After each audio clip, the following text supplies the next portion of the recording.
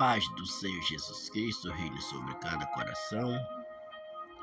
Eu sou o pastor Nilson Alves, passando aqui para te convidar a mais um dia de campanha. Um milagre urgente. Você é o nosso convidado. Eu tenho uma palavra hoje para o teu coração, palavra forte, que vai narrar acerca de dois homens de Deus, Pedro e João, no livro de Atos dos Apóstolos, capítulo de número 3, versículo de número 1 a seguir, vai narrar um texto de Pedro e João no templo de Formosa. Então Pedro e João, todos os dias, ele ia para o templo de Formosa orar.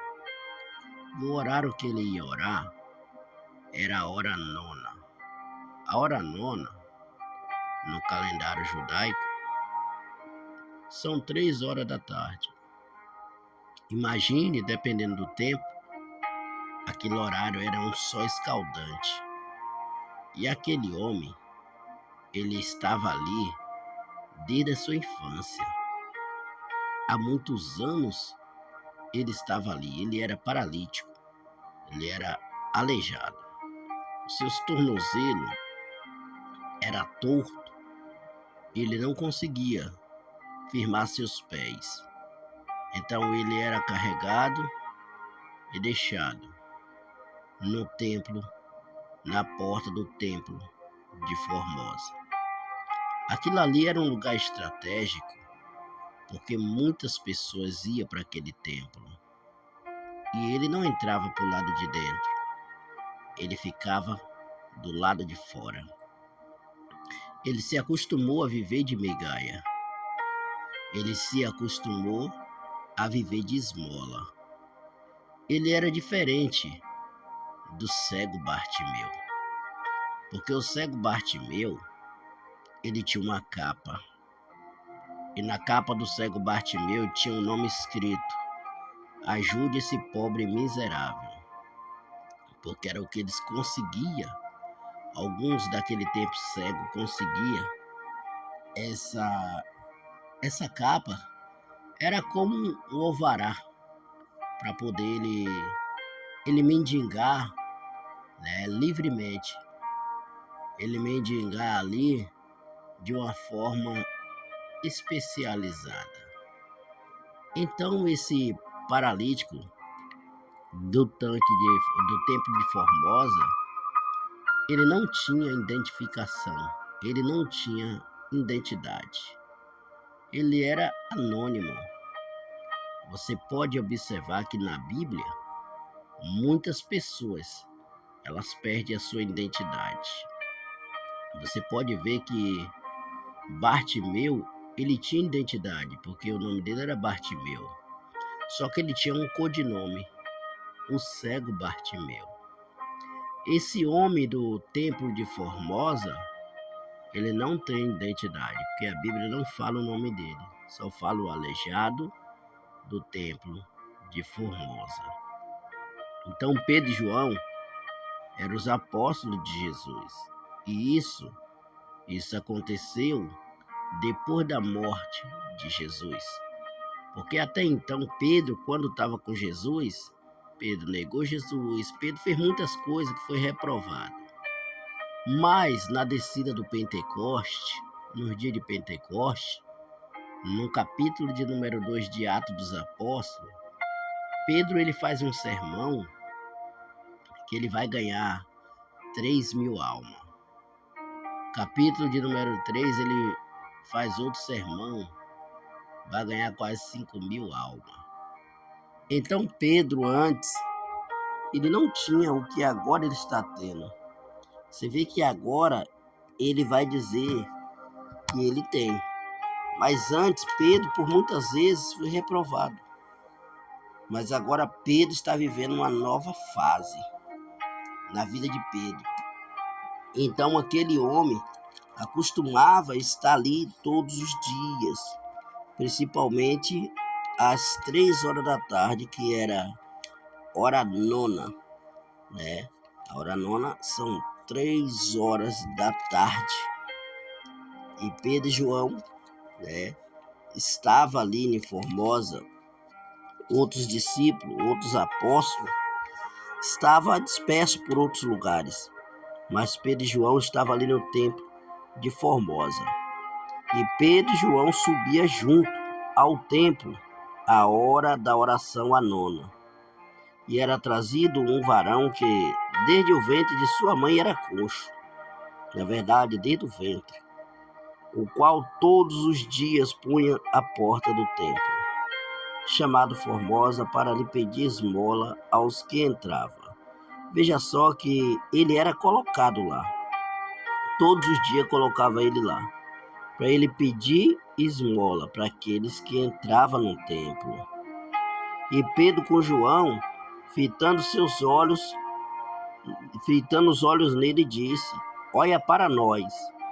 E olhou para eles, esperando receber deles alguma coisa. E disse Pedro: não tenho prata nem ouro, mas o que tenho te dou. Levanta e anda em nome de Jesus Cristo Nazareno. Ó, ele deu uma ordem: não temos prata nem ouro, mas o que tenho, isto te dou. Em nome de Jesus Cristo Nazareno, levanta e anda. E tomando-o pela mão direita, o levantou, e logo seus pés e arteiros se firmaram. Ou seja, os pés dele e os tornozelos dele se firmaram, mas segundo uma ordem: levanta e anda em nome de Jesus. Antes, Pedro não tinha essa autoridade, não tinha esse poder, mas se cumpriu o que Jesus disse. No livro de Atos dos Apóstolos, capítulo 1, versículo de número 8, vai dizer: ficai em Jerusalém até que do alto sejais revestido de poder, ou recebereis a virtude do Espírito Santo que há de vir, e ser-me-eis as minhas testemunhas, tanto em Jerusalém, e em toda a Judéia, e Samaria, até os confins da terra. E no capítulo de número 2 de Atos dos Apóstolos, vai se cumprir. Vai descer o Espírito Santo sobre a vida dos apóstolos, e eles vão ser cheios do Espírito Santo. Então agora vai cumprir o que está em Marcos 16:15.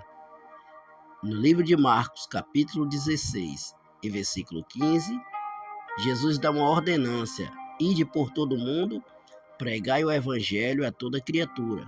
Quem crer e for batizado será salvo. Quem não crer será condenado. Estes sinais seguirão aqueles que crêem no meu nome: expulsarão os demônios, falarão em novas línguas, pegarão em serpente, e se beber alguma coisa mortífera, não lhe fará mal algum, e pôr a mão sobre os enfermos, e os curarão. Então se cumpriu o que Jesus disse. E você? Será que você se encontra na mesma situação daquele homem? Aquele homem nasceu já desde o ventre paralítico.